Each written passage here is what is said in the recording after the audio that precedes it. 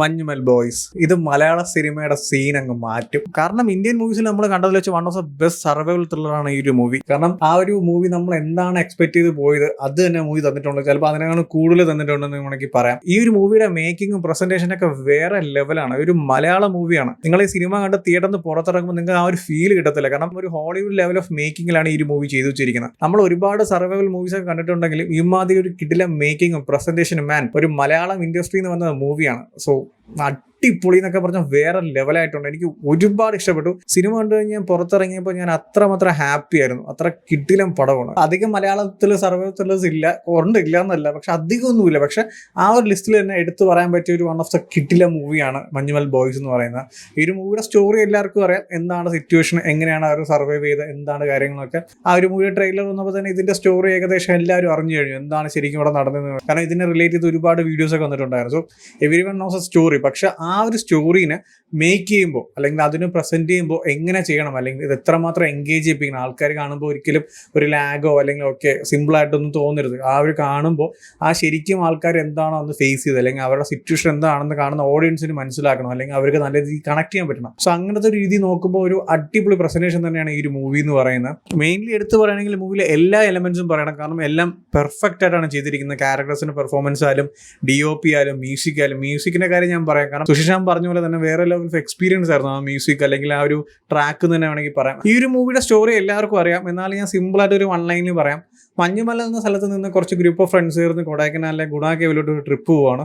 So trip പോയതിനു ശേഷം അവർ ചില്ല് ചെയ്യുന്ന സമയത്ത് അവിടെ ഒരാൾ ഒരു കേവിൽ അകപ്പെട്ടു പോകും. സോ ഈ ട്രാപ്പായി പോകുന്ന ആളെ രക്ഷപ്പെടുത്താനും അല്ലെങ്കിൽ അവരവിടെ ഫേസ് ചെയ്യുന്ന പ്രോബ്ലംസും അല്ലെങ്കിൽ ഇവരെങ്ങനെയാണ് ആ ഒരു സിറ്റുവേഷനിൽ പുറത്തു വരുന്നതാണ് ഈ ഒരു സിനിമ സംസാരിക്കുന്നത്. വളരെ സിമ്പിൾ ആയിട്ടുള്ള കേവ് എന്നല്ല, പെട്ടെന്ന് തിരിച്ചു വരാനായിട്ട് ഭയങ്കര ഡേഞ്ചർ ആയിട്ടുള്ള ഒരു കേവ് തന്നെയാണ്. ഒരുപാട് പേര് അതിൻ്റെ അകത്ത് പോയിട്ടുണ്ട്, ആരും തിരിച്ചു വന്നിട്ടില്ല. സോ അത്ര ഡേഞ്ചർ ആയിട്ടുള്ള ഒരു റെസ്ട്രിക്റ്റഡ് ഏരിയ ആണ് ആ ഒരു ഗുണ കേവ് എന്ന് പറയുന്നത്. സോ അതിൻ്റെ അകത്ത് ട്രാപ്പായി പോകുന്ന ആൾക്കാരുടെ അല്ലെങ്കിൽ അവരെങ്ങനെയാണ് ആ സിറ്റുവേഷനിൽ പുറത്തു വരുന്നതാണ് ഈ ഒരു സിനിമ സംസാരിക്കുന്നത്.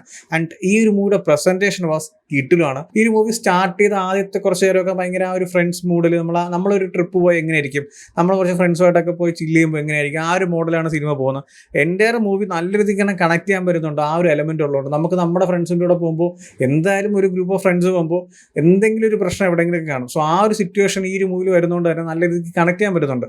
സോ ഈ ഒരു മൂവിയിലും ആദ്യത്തെ കുറച്ച് പോർഷൻസ് ഒക്കെ ഭയങ്കര ചില്ല് ചെയ്ത് ഒരു ഫ്രണ്ട്സ് വൈബിലൊക്കെ പോകും. പെട്ടെന്ന് ആ ഒരു സിനിമയിൽ ഒരു ഷിഫ്റ്റ് വരും. ഷിഫ്റ്റ് എന്നൊക്കെ പറഞ്ഞാൽ ആ ഹോൾ തിയേറ്റർ സൈലന്റ് ആയിപ്പോയി. ജസ്റ്റ് ആലോചിച്ച് നോക്കുക, പെട്ടെന്നൊരു ഷിഫ്റ്റാണ്. അതായത് ഭയങ്കര ചിൽ മോഡിലൊക്കെ ഇട്ട് പെട്ടെന്നൊരു ഷിഫ്റ്റ് വരും. ആ ഒരു ഷിഫ്റ്റിൽ കിട്ടുന്ന ഒരു എൻഗേജിങ് അല്ലെങ്കിൽ ഒരു ത്രില്ലിംഗ് എഫക്റ്റ് ഉണ്ടല്ലോ, ആ ഒരു പോർഷൻ തൊട്ട് ആ ഒരു എൻഡ് വരെ ഭയങ്കര എൻഗേജിങ് ആയിരുന്നു. ഓരോ സീക്വൻസും നമുക്കറിയാം ആ മൂവിയുടെ സ്റ്റോറിയും കാര്യങ്ങളൊക്കെ എങ്ങനെയാണ്, ആ ഒരു പാറ്റേൺ എങ്ങനെയാണെന്ന്. പക്ഷെ സോ ആ ഒരു അറിയുന്ന കാര്യത്തിന് വളരെ എൻഗേജിങ് ആയിട്ടും അടിപൊളിയായിട്ട് തന്നെ കാണിച്ചിരിക്കുന്നത്. അതായത് അടുത്ത സീക്വൻസ് എന്താണ് അല്ലെങ്കിൽ അടുത്ത് എന്താണ് നടക്കാൻ പോകുന്നതൊക്കെ നമുക്ക് ഭയങ്കര രീതിയിലുള്ള ടെൻഷൻ ക്രിയേറ്റ് ആവും. അങ്ങനത്തെ രീതിയിലാണ് ആ ഒരു മൂവി മുന്നോട്ട് പോകുന്നത്. അതായത് ഒരു സീക്വൻസ് കഴിഞ്ഞാൽ ഒരു മൂവി എൻഡ് ചെയ്യുന്നവരെ ഒരു full on full seated thriller ഭയങ്കര രീതിയിലുള്ള എൻഗേജിംഗ് ആയിട്ടുള്ള സീൻസും ഭയങ്കര ടെൻഷൻ അടിപ്പിക്കുന്ന സീക്വൻസ് ഒക്കെയാണ് ആ ഒരു മൂവിയിൽ വരുന്നത്. അതുകൊണ്ട് തന്നെ ആ ഒരു എൻ്റയർ മൂവിയുടെ പ്രസന്റേഷനും അടിപൊളിയാണ്. സോ ഒരു എൻഗേജിംഗ് ഫാക്ടർ മാത്രമല്ല, ഇമോഷണലി വൈസ് നല്ല രീതിക്ക് തന്നെ ഈ ഒരു മൂവിയിൽ കണക്ട് ചെയ്യാൻ പറ്റുന്നുണ്ട്.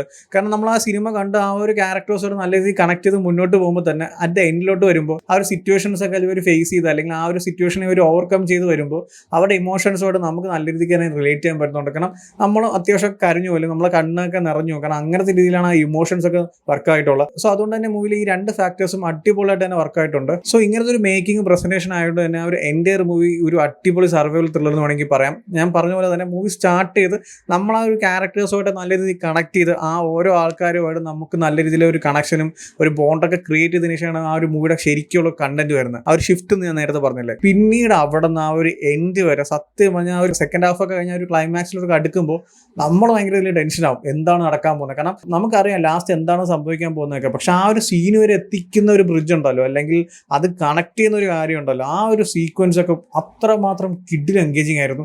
ഭയങ്കര ത്രില്ലിംഗ് എഫക്റ്റ് ആയിരുന്നു. ഈ സീറ്റ് ത്രില്ലർ എന്നൊക്കെ പറയത്തില്ലേ, ആ ഒരു സെക്കൻഡ് ഹാഫിലെ ഒരു ചില സീനൊക്കെ നമ്മൾ ഭയങ്കര ഞെട്ടും അല്ലെങ്കിൽ നമ്മൾ ഭയങ്കര രീതിയിൽ ടെൻഷൻ അടിച്ചൊക്കെ പോകും. സോ അങ്ങനത്തെ രീതിയിലാണ് ആ ഒരു എൻ്റയർ മൂവിയുടെ മേക്കിങ്ങും പ്രസന്റേഷനൊക്കെ വരുന്നത്. പിന്നീട് എടുത്തു പറയേണ്ട കാര്യം ഈ ഒരു മൂവിയുടെ DOP ഷൈജു ഖാലിദാണ്. പിന്നെ പറയേണ്ട കാര്യമില്ല, അമ്മാതിരി കിഡിലെ ഫ്രെയിംസ് ആണ്. ഓരോ സൈനും അടിപൊളിയായിട്ടാണ് ആ ഒരു വിഷ്വലി പ്രസന്റ് ചെയ്തിട്ടുണ്ട്.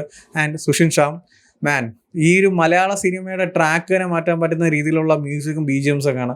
വളരെ സ്റ്റാറ്റിക് ആയിരിക്കും, അല്ലെങ്കിൽ ചില ഷോട്ട്സിലൊക്കെ ആ ഒരു 2-3 ക്യാരക്ടേഴ്സോ അല്ലെങ്കിൽ ആ ഒരു ചെറിയൊരു പ്ലെയിൻ ആയിട്ടുള്ള സർഫസ് ആയിരിക്കും. പക്ഷെ അവിടെ പോലും ആ ഒരു BGMിൽ ആ സീൻ എന്താണ്, അവിടെ നിൽക്കുന്ന ആൾക്കാരുടെ സിറ്റുവേഷൻ എന്താണെന്നൊക്കെ വളരെ അടിപൊളിയായിട്ടാണ് ആ ഒരു BGM തന്നെ നമുക്ക് കണക്ട് ചെയ്യാൻ പറ്റുന്നുണ്ട്.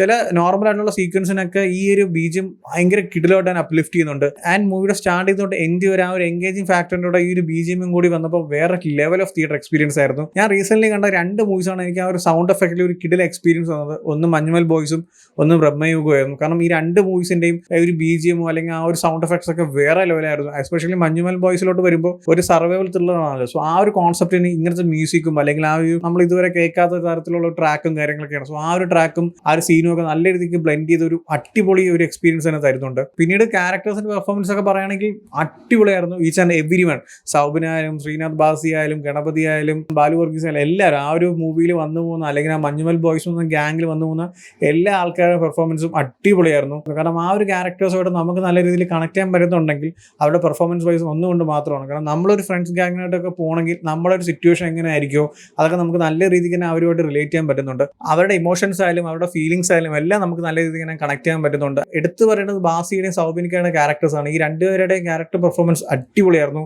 നല്ല രീതിക്ക് തന്നെ ആ ഒരു ക്യാരക്ടേഴ്സ് നമ്മുടെ മനസ്സിൽ രജിസ്റ്റർ ആവുന്നുണ്ട്. ആൻഡ് ഇമോഷണൽ വൈസും നല്ല രീതിക്ക് തന്നെ ആ ക്യാരക്ടേഴ്സിനെ കണക്ട് ചെയ്യാൻ പറ്റുന്നു. ആൻഡ് എസ്പെഷ്യലി ആ ഒരു ക്യാരക്ടേഴ്സിന്റെ കൂടെ തന്നെ ഞാൻ സ്പോയിൽ ചെയ്യുന്നില്ല, എന്താ ഞാൻ പറയാം, ചില ക്യാരക്ടേഴ്സ് ആ ഒരു എൻറ്റയർ സീൻ അല്ലെങ്കിൽ ആ ഒരു എൻറ്റയർ മോഡ് തന്നെ വേറെ ലെവലിലോട്ട് കൊണ്ടുപോകുന്നുണ്ട്. അങ്ങനത്തെ കുറച്ച് ക്യാരക്ടേഴ്സൊക്കെ ആ ഒരു ഗ്യാങ്ങിലും ആ ഒരു മൂവിലൊക്കെ വരുന്നുണ്ട്.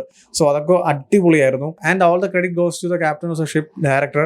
പുള്ളിക്കാരൻ അടിപൊളിയായിട്ട് തന്നെ ഡയറക്ട് ചെയ്തിട്ടുണ്ട്. ഈച്ച് ആൻഡ് എവറി എലമെന്റ്സ് എന്താണ് ആവശ്യം, അല്ലെങ്കിൽ ഓഡിയൻസിനെ എൻഗേജ് ചെയ്യിപ്പിക്കാനും അല്ലെങ്കിൽ അവരെ ത്രില്ല് ചെയ്യാനും ഈ ഒരു പോർഷൻ എന്ത് വേണം, അല്ലെങ്കിൽ എങ്ങനെ ആയിരിക്കണം സിറ്റുവേഷൻ, അല്ലെങ്കിൽ ആ ഒരു എൻറ്റയർ സീൻ എങ്ങനെ എവലുവേറ്റ് ചെയ്യണം എന്നൊക്കെ അടിപൊളിയായിട്ട് തന്നെ മൂപ്പര് ചെയ്തിട്ടുണ്ട്. ആ ഒരു എൻറ്റയർ മൂവി നമുക്കത് കാണാൻ സാധിക്കുന്നുണ്ട്. അതുകൊണ്ട് തന്നെ ആ ഒരു എൻറ്റയർ മൂവി പുള്ളിക്കാരൻ അടിപൊളിയായിട്ട് തന്നെ ഡയറക്ട് ചെയ്ത് അടിപൊളിയായിട്ട് തന്നെ ഓഡിയൻസിന് പ്രസന്റ് ചെയ്ത് വെച്ചിട്ടുണ്ട്. സോ തീർച്ചയായിട്ടും എല്ലാവരും മൂവി തിയേറ്ററിൽ പോയി തന്നെ കാണാൻ ശ്രമിക്കുക. ഒരു മസ്റ്റ് വാച്ച് തിയേറ്റർ എക്സ്പീരിയൻസ് ആണ് ഈ ഒരു മൂവി. സോ ഓൾറെഡി മൂവി കണ്ടവരാണെങ്കിൽ നിങ്ങളുടെ ഒപ്പീനിയൻ എന്താണെന്ന് വെച്ചാൽ കമന്റ് ചെയ്യൂ. വീഡിയോ ഇഷ്ടപ്പെട്ടാൽ ലൈക്ക് ചെയ്യൂ, ഷെയർ ചെയ്യൂ. ഇതുപോലത്തെ കൂടുതൽ വീഡിയോസിനെ ചാനൽ സബ്സ്ക്രൈബ് ചെയ്യൂ. Thank you so much.